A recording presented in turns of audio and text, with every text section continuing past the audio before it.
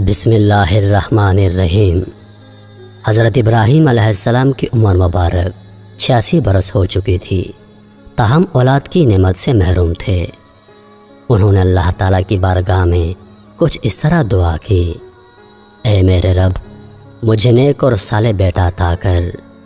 یہ دعا اللہ کی بارگاہ میں قبول ہوئی اور آپ کی دوسری بیوی حضرت حاجرہ رضی اللہ تعالی عنہ کے بطن سے آپ کو حضرت اسماعیل علیہ السلام کی پیدائش کی خوشخبری سنا دی گئی۔ عبرانی زبان میں اسماعیل کا تلفظ شمائل ہے۔ شما کے معنی ہے سن، اور ایل اللہ کے مترادف ہے۔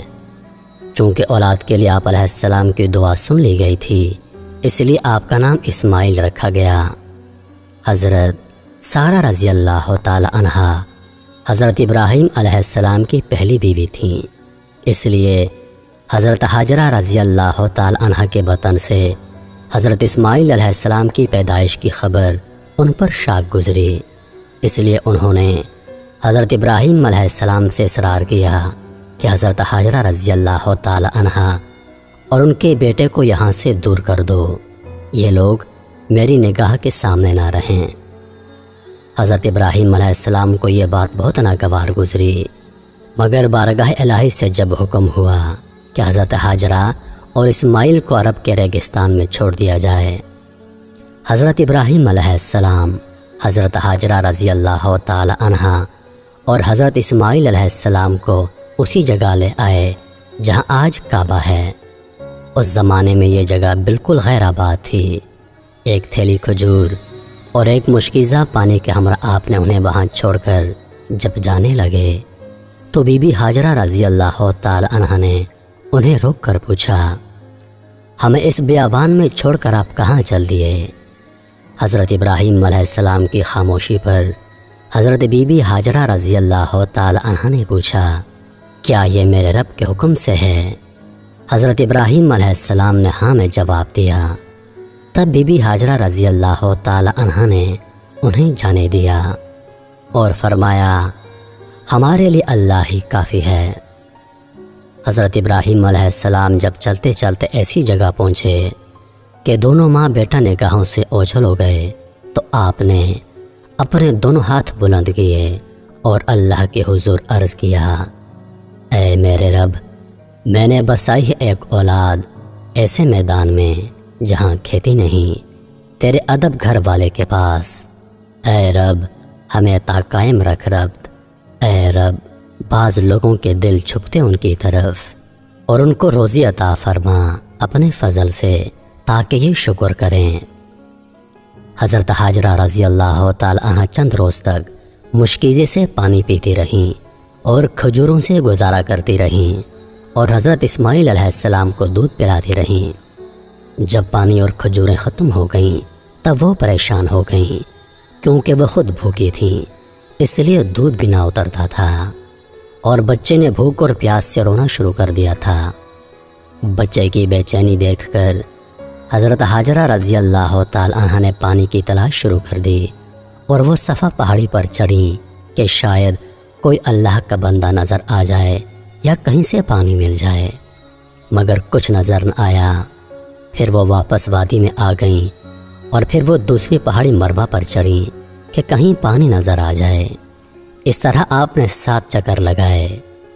مامتا کا یہ جذبہ اللہ تعالیٰ کی بارگاہ میں اس قدر مقبول ہوا کہ بیت اللہ کی زیارت کے لیے آنے والے ہر فرد پر اللہ تعالیٰ نے اسے لازم قرار دے دیا کہ حضرت حاجرہ رضی اللہ تعالی عنہ کی سنت کی پیروی کرتے ہوئے صفا اور مروہ کے پہاڑوں کی سعی کرے۔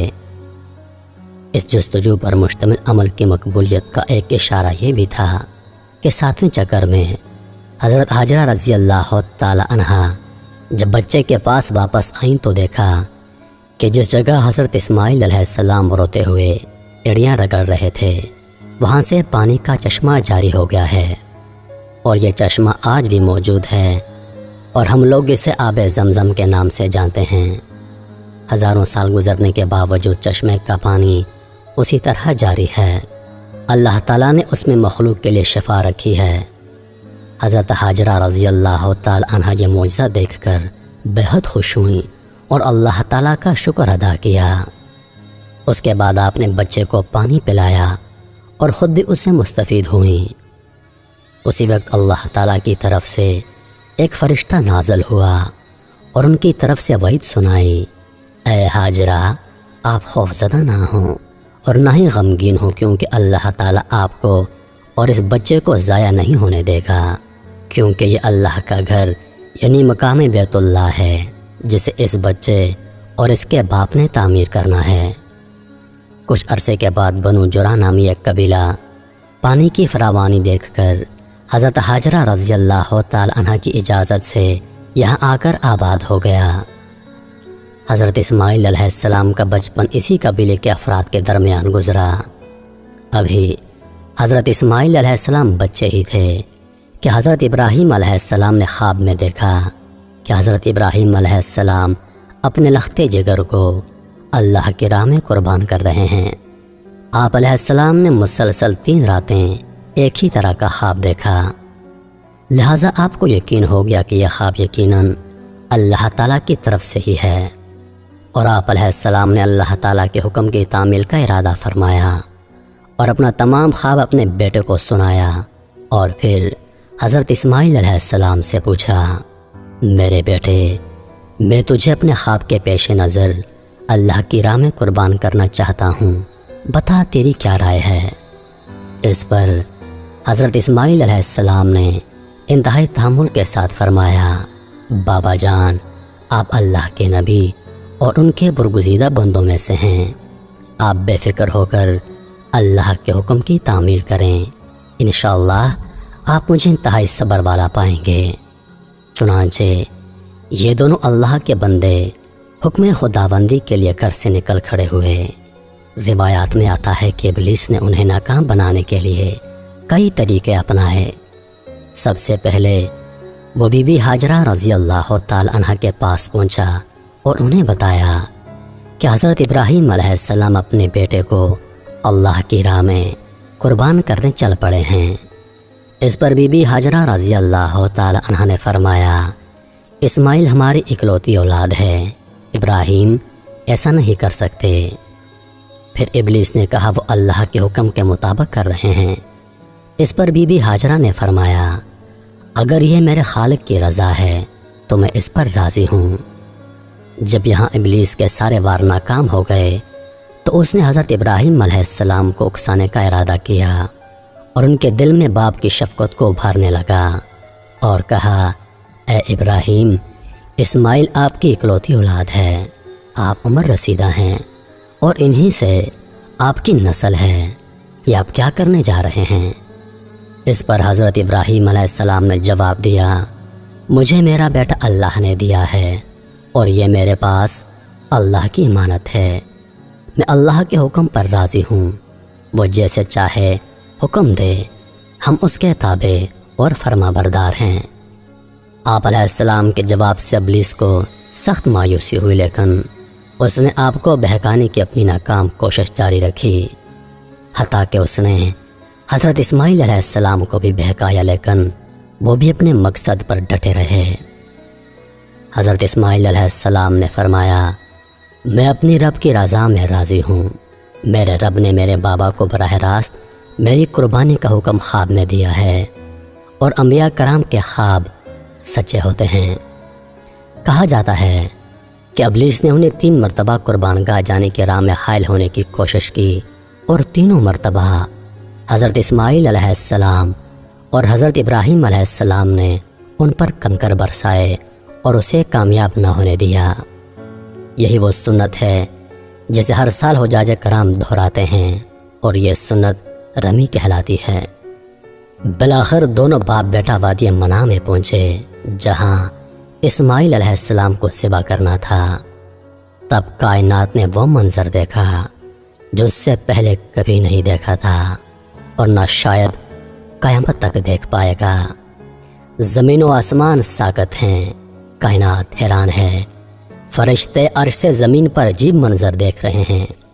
تبھی اسماعیل علیہ السلام کہتے ہیں، ابا جان، آپ میرے دونوں ہاتھ اور دونوں پاؤں باندھ دیجئے تاکہ چھری چلاتے وقت آپ کو کوئی دقت نہ ہو اور ابا جان آپ مجھے زمین پر منہ کے بل لٹائیے گا تاکہ میرا چہرہ زمین کی طرف ہو۔ اگر میرا چہرہ آپ کی طرف ہوا تو کہیں آپ کو مجھ پر ترس نہ آ جائے اور آپ مجھے ذبح نہ کر پائیں۔ ابا جان اپنی آنکھوں پر پٹی باندھ لیجئے گا اور ذبح کرنے کے بعد میرا کرتا میری ماں کو دے دیجئے گا تاکہ انہیں صبر آ جائے۔ باپ نے سب باتوں پر عمل کیا، بیٹے کا ماتھا چوما، پاؤں باندھے اور بیٹے کو زمین پر منہ کے بل لٹا دیا اور چھری چلا دی، لیکن چھری نے حضرت اسماعیل علیہ السلام کو نہ کاٹا کیونکہ اللہ کو کچھ اور ہی منظور تھا۔ حضرت ابراہیم علیہ السلام چھری چلاتے ہیں مگر چھری نہیں چلتی، آپ اور زور لگاتے ہیں مگر چھری ہے کہ چلنے کا نام نہیں لیتی۔ آپ علیہ السلام چھری سے فرماتے ہیں، اے چھری تو کیوں نہیں چلتی؟ میرے ننھے اسماعیل کا گلا تو بہت نازک ہے، تو کیوں نہیں چلتی؟ عرش پر فرشتے خاموش، زمین پر ایک انسان کے اللہ سے محبت کا عجیب منظر دیکھ رہے ہیں۔ تب اللہ پاک عرش سے حضرت جبریل علیہ السلام سے فرماتے ہیں، اے جبریل جاؤ اور جنت سے مینڈا لے جاؤ، میرا خلیل پیچھے نہیں ہٹے گا، جاؤ اور اس کی قربانی کرو۔ تب حضرت جبریل علیہ السلام جنت سے مینڈا لے جاتے ہیں اور حضرت اسماعیل علیہ السلام کو چھری کے نیچے سے ہٹایا اور مینڈا رکھ دیا۔ اب چھری کو چلنے کی اجازت ملی اور چھری چل گئی۔ تب حضرت ابراہیم علیہ السلام کے ہاتھوں پر گرم خون لگا اور بے ساختہ آپ کی زبان سے نکلا، اللہ اکبر، یا اللہ تیرا شکر ہے۔ مگر جب آنکھوں سے پٹی اتاری تو حضرت اسماعیل علیہ السلام صحیح سلامت ایک طرف بیٹھے ہیں۔ حضرت ابراہیم علیہ السلام کی تابعداری اور حضرت اسماعیل علیہ السلام کی فرما برداری بارگاہ الہی میں قبول ہوئی اور اللہ نے حضرت اسماعیل علیہ السلام کو ذبح ہونے سے بچا لیا، اور ان کی جگہ جس جانور کی قربانی دی گئی اس سے متعلق روایات میں آتا ہے کہ وہ جنت سے لایا گیا ایک مینڈا تھا۔ یہی وہ قربانی ہے جس کو تا قیامت امت مسلمہ کے لیے عملی نمونہ بنا دیا گیا ہے۔ اس واقعے کا ذکر اللہ پاک نے قرآن مجید میں اس طرح بیان فرمایا ہے، اور ہم نے اس کو پکارا یوں، اے ابراہیم تو نے سچ کر دکھایا خواب، ہم یوں دیتے ہیں بدلہ نیکی کرنے والوں کو، بے شک یہی سرہی جانچنا، اور اس کا بدلہ دیا ہم نے ایک جانور ذبح کو۔ تو یہ تھا وہ عظیم قربانی کا واقعہ جس کو تمام مسلمان عید الاضحیٰ کو مناتے ہیں۔